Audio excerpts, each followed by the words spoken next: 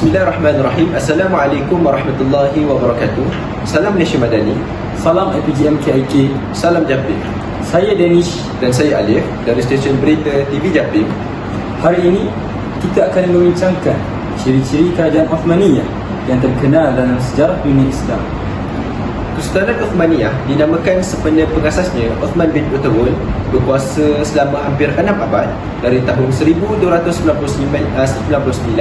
hingga 1924 Masehi. Selama tempoh yang panjang itu, mereka menguasai kawasan besar di Asia, Eropah dan Afrika dengan sebanyak 37 orang pemerintah. Sultan-sultan seperti Uthman bin Utawul, Murad I, Muhammad Al-Fatih dan Sulaiman Qanuni memberi bentuk kepada sejarah kesultanan ini. Pemerintahan bermula dengan Sultan Uthman bin Utawul dan berakhir dengan Sultan Abdul Mujid II pada tahun 1924 Masehi. Pusat pemerintahan mereka berubah-ubah dari Sogut ke Istanbul, mencerminkan perubahan kuasa dan kejayaan. Kesultanan Uthmaniyah dengan kepelbagaian budayanya adalah salah satu tamadun yang paling penting dalam sejarah dunia. Baiklah, kita akan teruskan dengan ciri-ciri kerajaan ini. Pertama, kerajaan Uthmaniyah dikenali dengan pentadbiran yang cekap dan berstruktur. Pemerintah berperanan dengan sangat berkesan sebagai ketua tentera, agama dan hakim tertinggi. Seterusnya, kesatuan dalam agama. Kerajaan Uthmaniyah mengamalkan Islam secara teguh dan menganggapnya sebagai asas kekuatan mereka. Mereka memperjuangkan keadilan dan menegakkan hukum syariah dalam pentadbiran mereka. Di samping itu, mereka juga menjadikan masjid sebagai pusat perkembangan ilmu. Baiklah, di samping itu, mereka mempunyai ketenteraan yang kuat. Tentera kerajaan Uthmaniyah dikenali dengan semangat jihad yang tinggi demi mempertahankan agama Islam ini di jalan Allah Subhanahu Wa Taala. Pemerintah juga amat menjaga kebajikan tentera dengan menyelaras sistem kenaikan pangkat, imbuhan dan kelengkapan senjata. Itulah beberapa ciri-ciri kerajaan Uthmaniyah yang telah memainkan peranan yang penting dalam sejarah dunia Islam. Dan sekarang, kami akan menghubungi rakan kami, Fauzan, yang sedang berada di Istanbul, Turki, untuk mendapatkan pandangan langsung dari sana. Baiklah. Assalamualaikum Fauzan.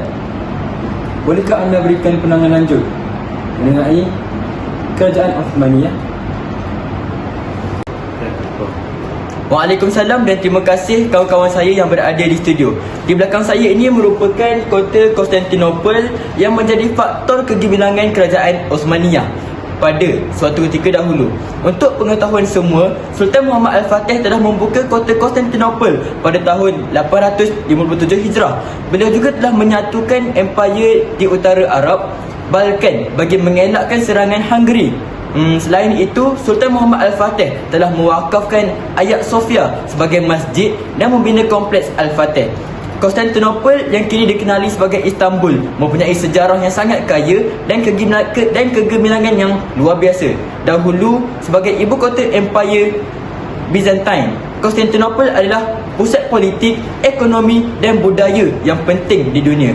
Bandar ini terkenal dengan keindahan seni bina, istana megah, gereja-gereja monumental dan perdagangan yang pesat. Hari ini, Istanbul terus menjadi bandar yang dinamik, menggabungkan warisan kaya budaya dan sejarahnya dengan moderniti. Dengan kedudukan strategiknya di antara Asia dan juga Eropah, Istanbul menjadi pusat penting untuk perdagangan, pelancongan dan seni bina kontemporari. Itu sahaja daripada saya. Kita kembali ke studio. Terima kasih Saudara Fauzan atas laporan sebentar tadi. Seterusnya kita beralih pada sumbangan dan pembaharuan, inovasi dari segi pentadbiran.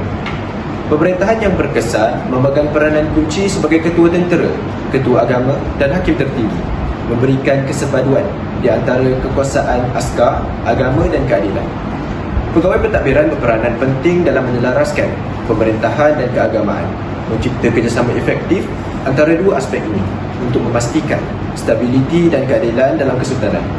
Kejayaan penguasaan laluan strategik di Selat Dardanelles dan Selat Bosporus mengukuhkan Kesultanan Uthmaniyah sebagai pemerintah utama yang menguasai laluan antara benua Eropah dan Asia, memberi kesan besar pada perdagangan dan geopolitik sepanjang sejarah kesultanan tersebut. Baiklah, seterusnya kita akan melihat sumbangan dan pembaharuan inovasi kerajaan ini dari aspek pendidikan.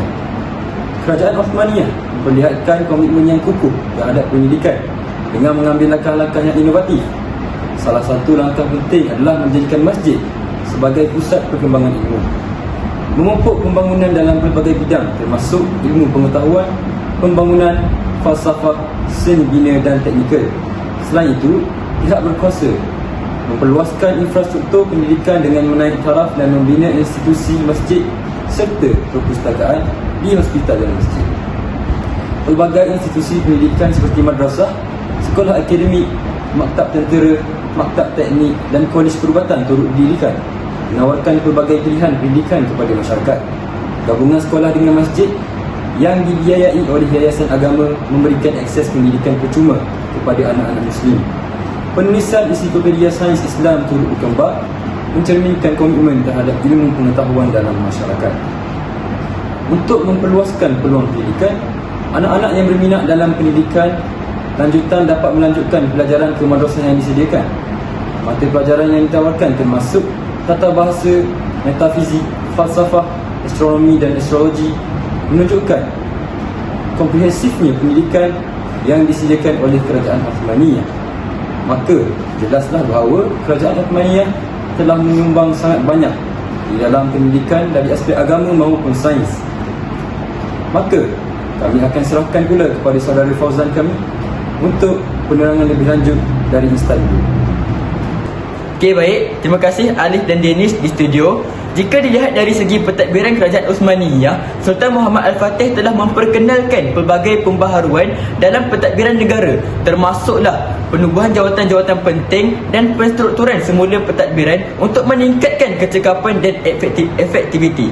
Selain itu, Sultan Muhammad Al-Fatih juga mengambil langkah-langkah untuk memperkuat dan menyempurnakan sistem kehakiman, termasuklah penubuhan mahkamah-mahkamah yang adil dan berkesan untuk menegakkan undang-undang dan keadilan.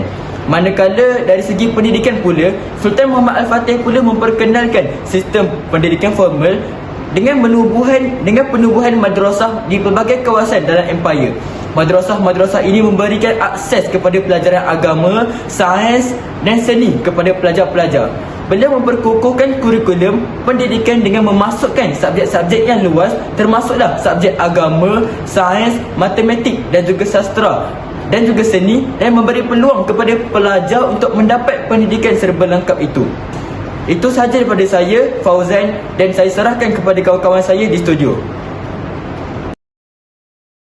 Sekian daripada saya, Danish, Dan saya Alif. daripada Berita Japin. Assalamualaikum warahmatullahi wabarakatuh.